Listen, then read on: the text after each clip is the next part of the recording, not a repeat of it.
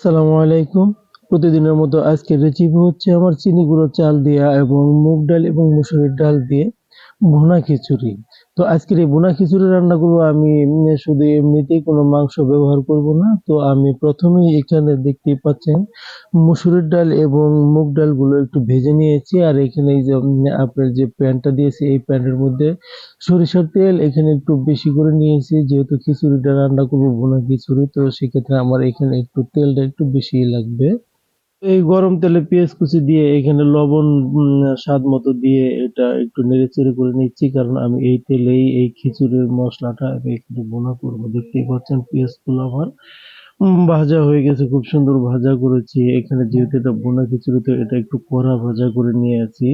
তো এরপর একটু পানি দিয়ে এখানে গোটা মসলা যেগুলো লাগবে, তেজপাতা, এলাচি, দারচিনি এবং কাঁচামরিচ, এর যা যা কিছু আছে আমি সম্পূর্ণ মশলাগুলো এখানে আমি অ্যাড করব। তো আপনারা জানেন যে ভুনা খিচুড়ির মধ্যে দেখা গেছে রেস্টুরেন্ট আইটেমে অনেক কিছুই ব্যবহার করে। তো আমি এটা যেহেতু বাসায় খাবো, সেহেতু এটা আমি অর্গানিক ভাবে আমি খাবার চেষ্টা করব। এখানে উদ্ভট কোনো মসলা আমি এখানে ইউজ করব না। তো আপনারা দেখতেই পাচ্ছেন যে আমি এখানে ধনিয়ার গুঁড়ো, তারপরে ভাজা জিরে কাঁচা জিরের গুঁড়ো এবং হলুদের ফাঁকি এবং আদা পেস্ট এবং রসুন পেস্ট এবং এগুলো দিয়ে নিয়েছি। তো এখানে আপনারা জানেন যে, তো এই খিচুড়িটা হওয়ার শেষে আমি আবার আলাদা একটা মসলা ব্যবহার করব, সেটাও আপনাদেরকে বলে দেবো যে আমি এখানে কি ব্যবহার করব। তো আমি আজকের এই খিচুড়ি রেসিপিতে আপনারা জানেন যে আমি এটা কোনো প্রকার মাংস ব্যবহার করব না। তো আপনারা দেখবেন যে খিচুড়িটা আসলে কেমন লাগে, কেমন টেস্ট হয়।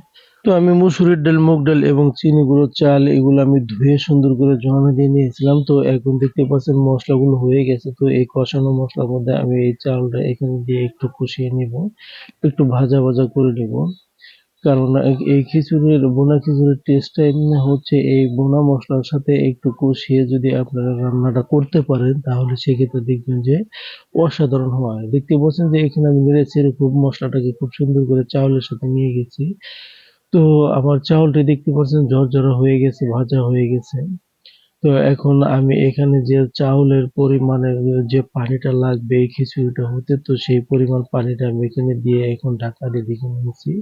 তো দেখতেই পাচ্ছেন খুব সুন্দর পানিগুলো গরম হয়ে ফুটে উঠেছে, চালগুলো আস্তে আস্তে সিদ্ধ হয়ে হচ্ছে। তো আর দেখতেই পাচ্ছেন যে খুব সুন্দর একটা অ্যারোমা এখানে বের হয়ে আসছে। তো আমি এখানে সাথে দিয়ে নিচ্ছি স্বাদ মতো একটু ঘি, যেটা দেশি ঘি। তো জানেন যে এই খিচুড়ি বা পোলাওর মধ্যে ঘিটা দিলে টেস্টটা একটু অন্যরকম হয়। আপনারাও এটা ট্রাই করে দেখবেন। তো আমার চাউলটা এখানে প্রায় 80% হয়ে আসছে। তো আমি আরেকটু ঢেকে দিব নাড়াচাড়া দিয়ে ওই ফুট করে। আপনারা দেখছেন যে কালারটা খুব সুন্দর হয়েছে। মসুরের ডাল এবং মুগ ডালের যে একটা অ্যারোমা বা ফ্লেভার, তো সেটা খুব ভালো বের হচ্ছে। তো আমার কিছুটা প্রায় দেখতেই পাচ্ছেন হয়ে গেছে। আমি একটু নেড়ে চেড়ে দিচ্ছি। নেড়ে চেড়ে দিয়ে চুলার আঁচটা আমি বন্ধ করে দিয়ে দিব।